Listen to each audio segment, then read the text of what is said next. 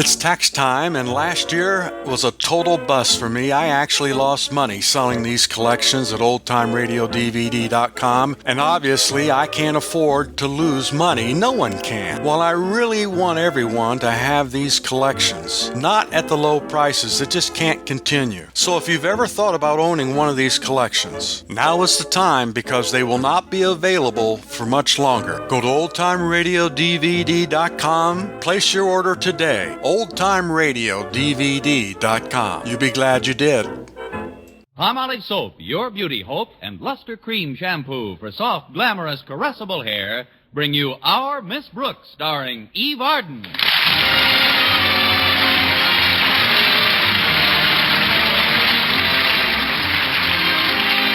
For most teachers, the first few school days after the Easter week vacation posed a problem in readjustment to routine. But our Miss Brooks, who teaches English at Madison High School, didn't let the idiosyncrasies of her pupils dampen her spirits one bit. No, indeed.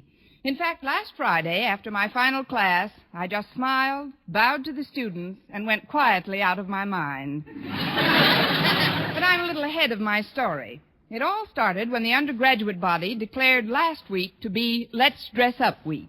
Contained in this malevolent Mardi Gras were such jolly daily fiestas as Clashing Colors Day, in which anyone caught wearing an outfit that matched was severely punished by his or her fellow student, and Dye One Leg of Your Trousers Blue Day, which is self-explanatory. By Thursday, which was Girls Wear Slacks and Boys Wear One Shoe Only Day, Mr. Conklin, our beloved principal, was fit to be tied. At a general assembly that afternoon, he sternly demanded that all these shenanigans cease. Accordingly, I had my landlady, Mrs. Davis, wake me a little earlier than usual on Friday morning. But I still don't understand why you had me get you up at this unearthly hour, Connie. Why, it's only 7:15, and you're all finished with your shower and everything. Oh, not everything, Mrs. Davis. I've still got to find a pair of stockings that haven't got a run in them. Let's see if there's a pair hiding in this drawer. You see, Mrs. Davis, Mr. Conklin's in a rampage over the way the kids at school are dressing. He says it's up to us teachers to put a stop to it. How about these stockings, Connie? They have no runs in them. Let's see. Say, they are in good shape at that. Too bad they're gloves. Gloves? Gloves? Isn't it a shame? And me without a thumb on either foot? I never saw anyone get so many torn stockings as you do. How do you do it, Connie? I have help, Mrs. Davis. That desk of mine at school has an insatiable appetite for nylon. I begged Mr. Conklin to requisition a new desk, but he says the school has more vital needs than the new desk for my room. Like what, for instance? Like a new desk for his room. Oh, here's a pair of stockings I can wear. The runs are all in the back. Good. Now I'll make you some breakfast and... Oh, that reminds me. I forgot to tell you something while you were in the bathroom, Connie. What's that, Mrs. Davis? Oh, it's terrible how absent-minded I'm becoming. Why, I'm getting to be as bad as my sister Angela. She can't remember a thing, poor dear. I know, Mrs. Davis, but what was it you forgot to tell me? It was about a phone call, Connie. I guess these little lapses of memory just run in my family, although Mother wasn't so bad. I'm glad.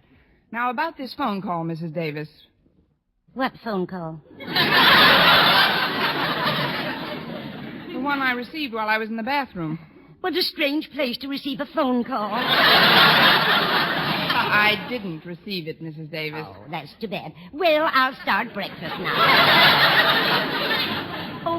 Connie. Yes, Mrs. Davis? Walter Denton phoned while you were in the bathroom. He said he's going to be unavoidably detained, but he's sending Stretch Snodgrass to drive you to school. Stretch Snodgrass? Yes. Why? I didn't know he could drive. He's a wonderful athlete, of course, but driving a car requires a certain amount of brain power. In some states, that is. He isn't a very bright student, I know, but Stretch is a nice boy, Connie. He really looks up to Walter Denton, doesn't he? Scholastically, that shouldn't cause him any eye strain. Oh, stay there, Mrs. Davis. I'll answer it. Well, it's Harriet Conklin. Come in, Harriet. Thanks, Miss Brooks. I'll just take a minute to tell you what I want. It's that black dress with the green trim you had to wear on Easter Sunday when you splattered eggs on your new Easter dress. The one you said you were so sick of, remember? How could I forget? But what do you want with it, Harriet? Well, I need it for domestic science class.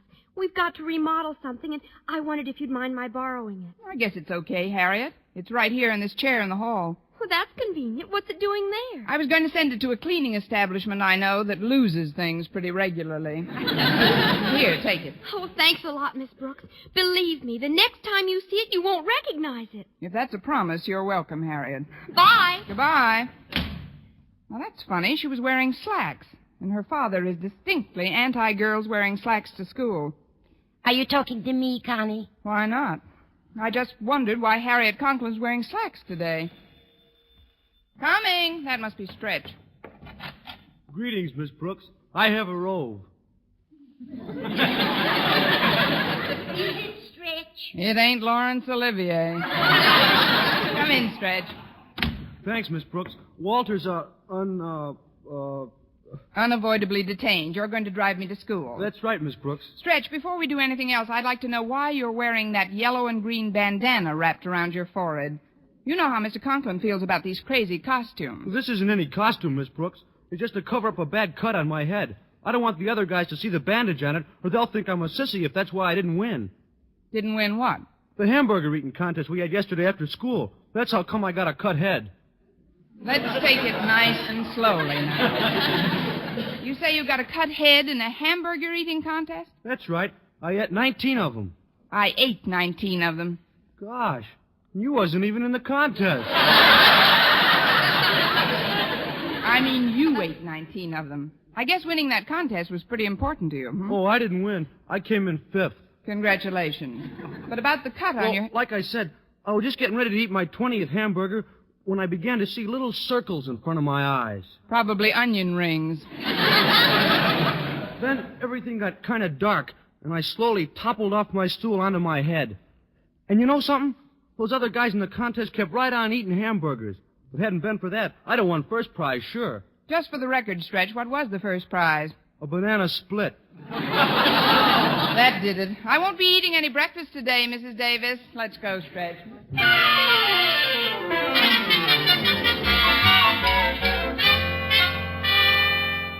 And so, class, we have time for just about one more question, which is, how would you describe, as tersely as possible, the finish of Shakespeare's King Lear? Why, Stretch, your hand is up. What's your answer? What does tersely mean? Well, that's a good answer. Tersely means briefly, Stretch. Now, how did King Lear finish? He flipped his lid, didn't he? What? Blew his cork. You know, snapped his cap. The fellows with the net came for him. You know, they'll be here for me soon.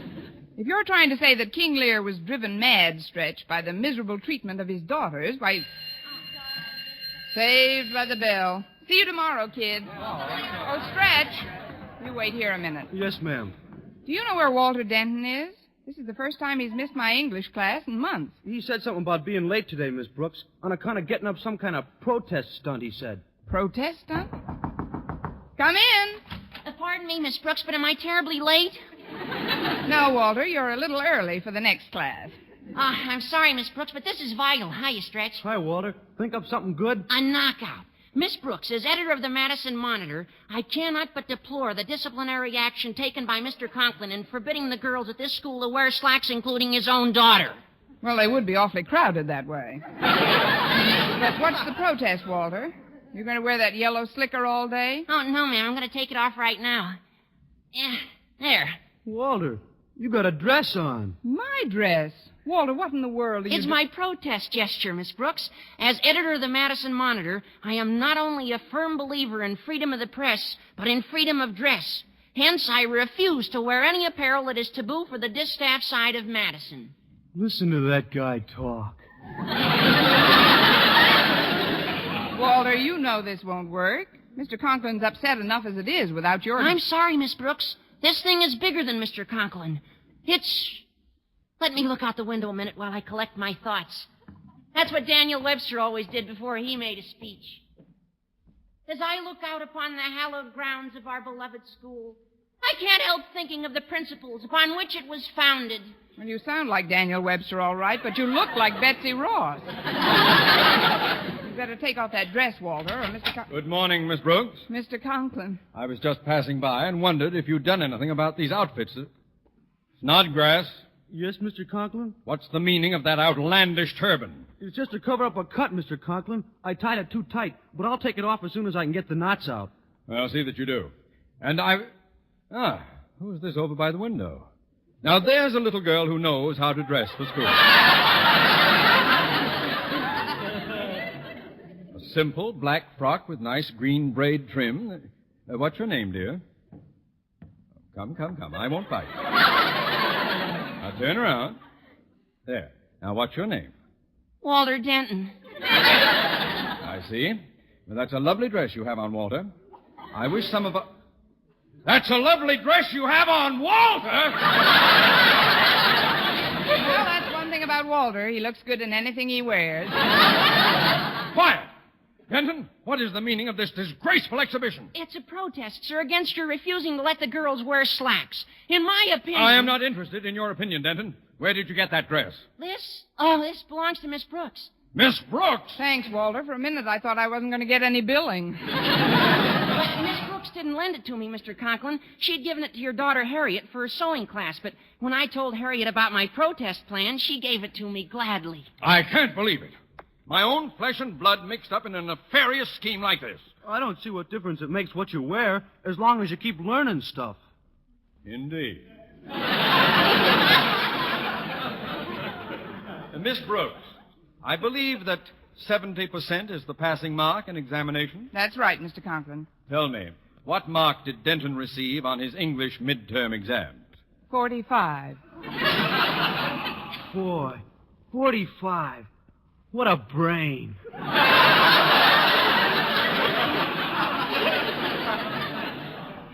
And you, Snodgrass, what was your mark on the midterms? Well, right before I got to the last question, I broke my pencil. What was your mark, Snodgrass? 9.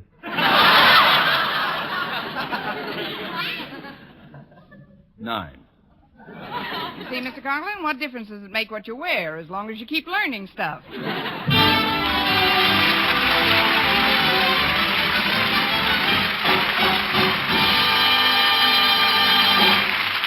Our Miss Brooks, starring Eve Arden, will continue in just a moment. But first, here is Vern Smith.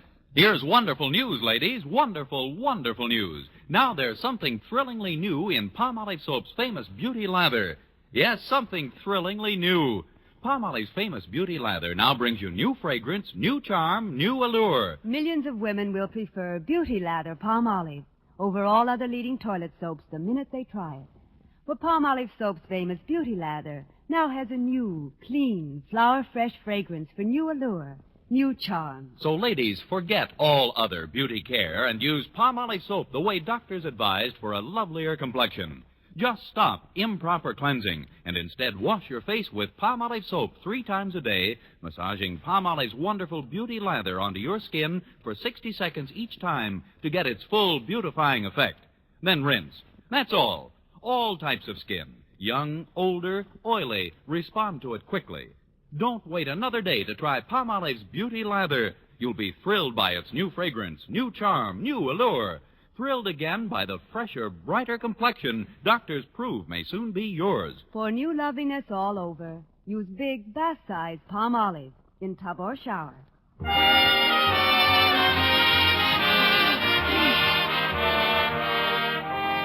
Well, Mr. Conklin finally suspended sentence on Walter and Stretch, but not until he had carved 6 or 7 new notches in his blood pressure. By lunch, I was so dizzy from having been on the ball all morning that after the bell rang, I just sat at my desk with my head in my hands. Excuse me, Miss Brooks. What? Oh, it's Mr. Boynton. I didn't hear you coming, which is very unusual for me. Your door was ajar, so I thought I'd drop in for a minute. Well, do, Mr. Boynton. Come on in. I am in. Oh, you can come in further than that. You won't be tagged out if you take both feet off the threshold.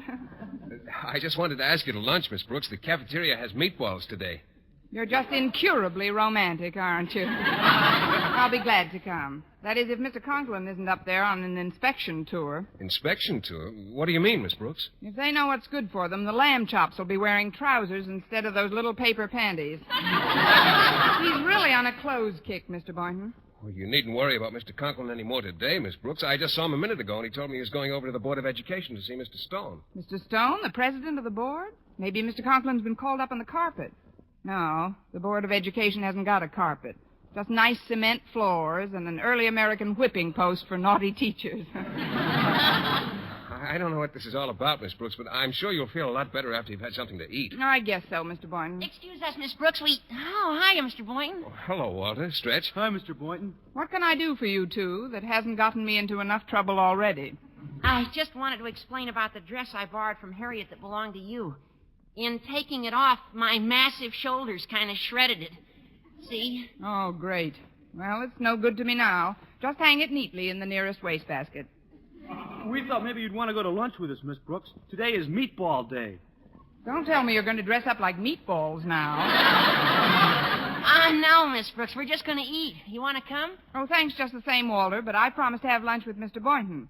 I'll just close up this desk, and we're off for lunch. That's what I say. Just mail me a meatball special delivery. Is it a bad rip, Miss Brooks? Oh, no. Very good. All the way. Well, any suggestions? This is terribly embarrassing. I'd better go get you a sandwich until you can get your skirt repaired. Please bring a sandwich with plenty of lettuce. Lettuce? Yes, I may have to wear some. Walter, you try and find Harriet. She may be able to loan me something to wear. Okay, Miss Brooks. Stretch, you stay here and keep Miss Brooks company till I get back. All right, Walter. Well, here we are. What do you want to do, Miss Brooks? Well, we can't dance, Stretch. But let's try to think. That is, let me try to think. I got an idea, Miss Brooks. Not so loud, it'll get away. Harriet Conklin always leaves her gym bloomers in your coat room when she's not taking phys ed, doesn't she? Why, yes, I believe she does. Then if you change into them, I could take your skirt up to the domestic science room and have it sewn up by the time lunch period is over. Stretch, I've been underestimating you grossly. I can't for the life of me see how you didn't get a mark of at least 12 on the midterms. Well, how do I look in Harriet's gym bloomers? That's how I thought I'd look. I'll just sit up real close to the desk like this, and nobody'll know the difference. Well, I'll take the skirt over to the... So we meet again.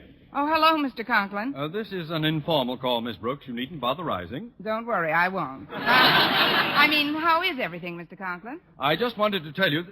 Snodgrass, what are you doing with that skirt over your arm? Skirt? Now, see here, young man.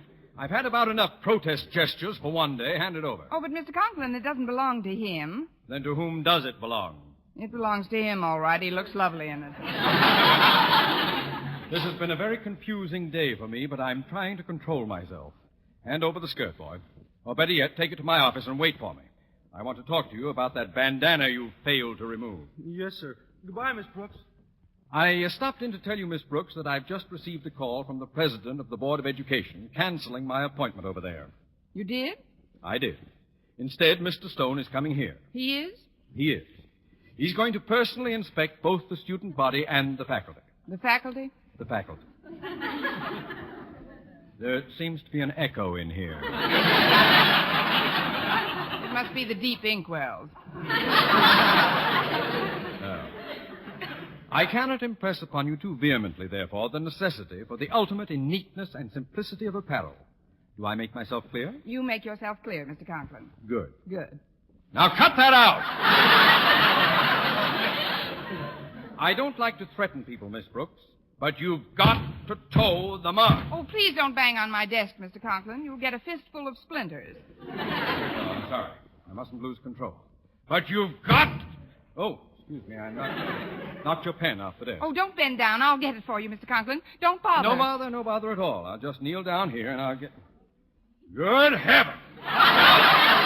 Something wrong? This floor is filthy.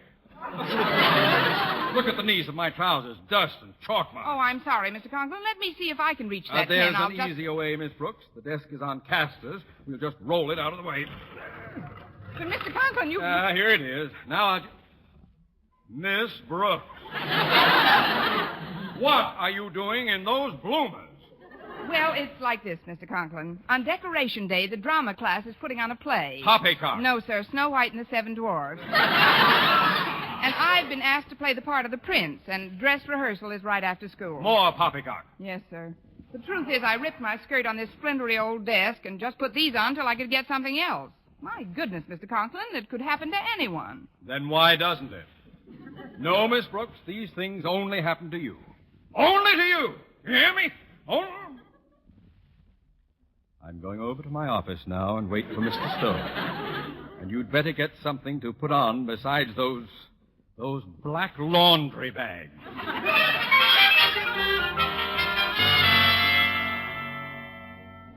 And so, Snodgrass, knots or no knots, Mr. Stone must not see you wearing that bizarre headdress. You understand? Yes, sir. I'll cut it off with the scissors. What's the errand you want to run for me, sir? Oh, I want you to run one for me. I want you to take my trousers over to the domestic science class and tell Miss Atterbury to sponge the chalk marks off the knees and give them a neat pressing. Now, you just stand right outside the door here, and I'll drop the trousers over the transom. All right, Mr. Conklin.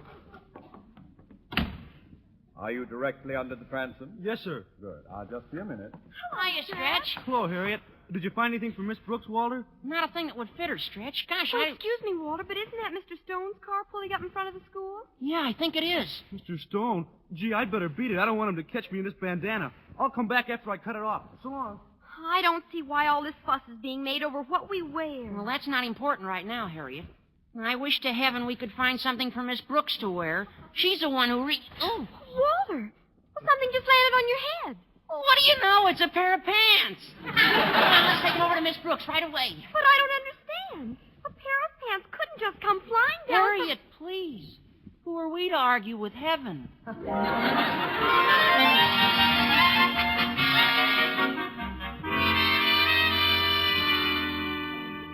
Well, they're a little dusty, but they're better than the bloomers. You look like an ad for trims in those slacks, Miss Brooks. Real slim.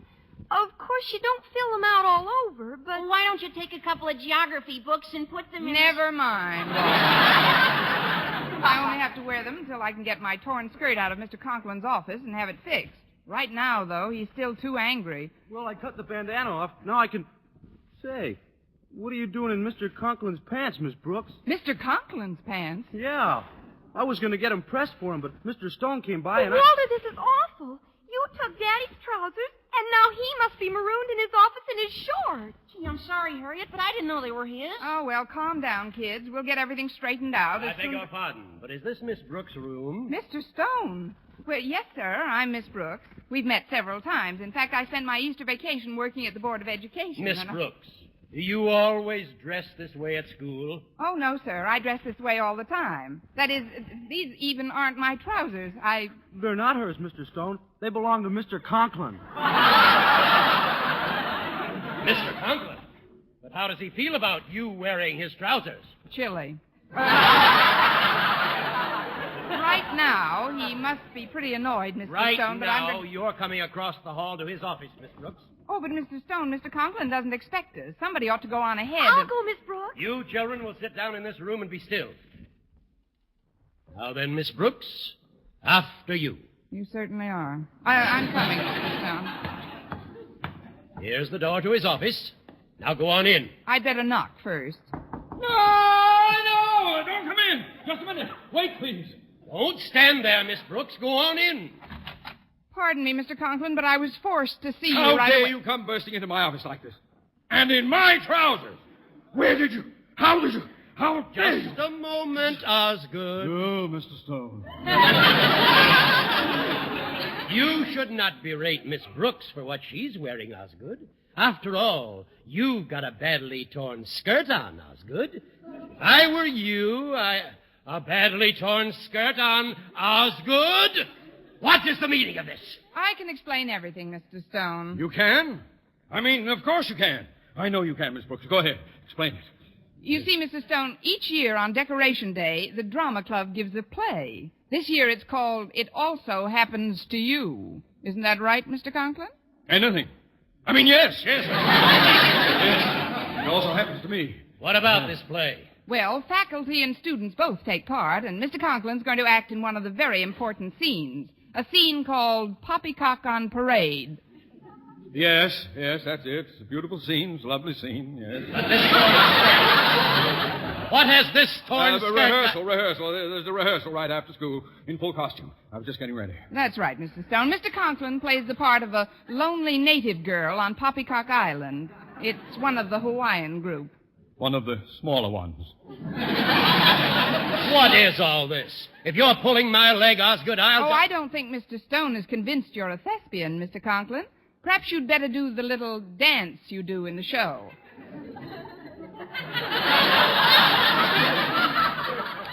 Dance? You know, where your lover leaves you all alone on the beach. I'll supply the music, Mr. Conklin. Oh, you'll love this, Mr. Stone. It's done to the theme song of the play. It also happens to you.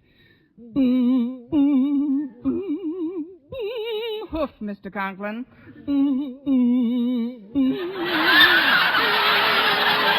Now together. It also happens to you.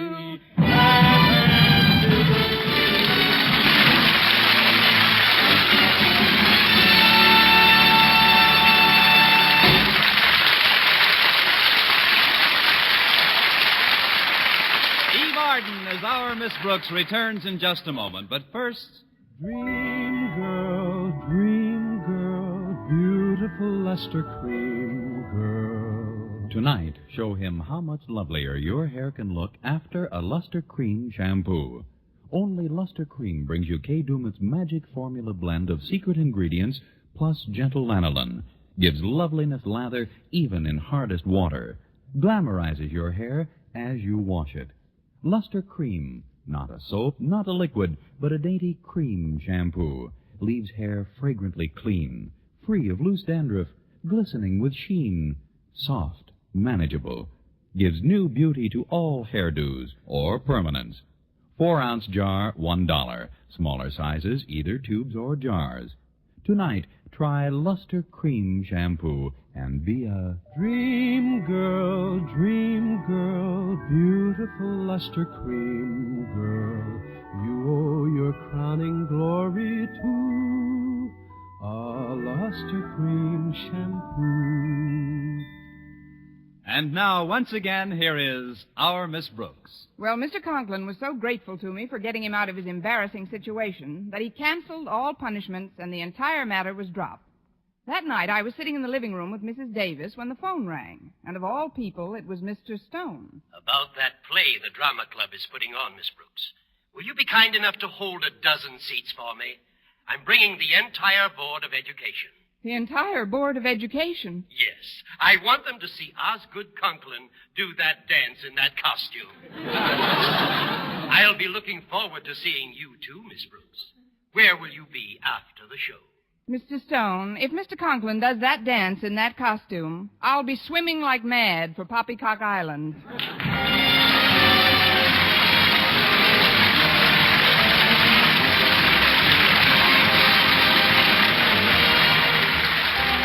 Next week, tune in to another Our Miss Brooks show brought to you by Palmolive Soap, your beauty hope, and Luster Cream Shampoo for soft, glamorous, caressable hair. Our Miss Brooks, starring Eve Arden, is produced by Larry Burns, written and directed by Al Lewis, with music by Wilbur Hatch. Mr. Boynton is played by Jeff Chandler, Mr. Conklin by Gail Gordon.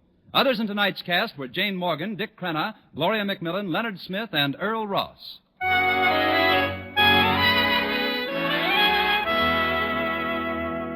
Men, do you shave with a lather or brushless shave cream? Palmolive shaving cream comes both ways, and whichever way you prefer to shave, you'll find that using either Palmolive brushless or Palmolive lather shaving cream can bring you more comfortable, actually smoother shaves. Here's the proof. 2,548 men tried the new Palmolive way to shave described on the tube, and no matter how they had shaved before, 3 out of every 4 got more comfortable, actually smoother shaves. Get Palmolive brushless or Palmolive lather shaving cream today.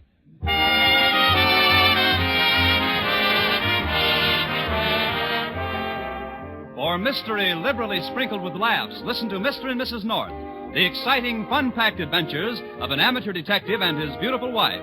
Tune in Tuesday evenings over most of these same stations. And be with us again next week at the same time for another comedy episode of Our Miss Brooks.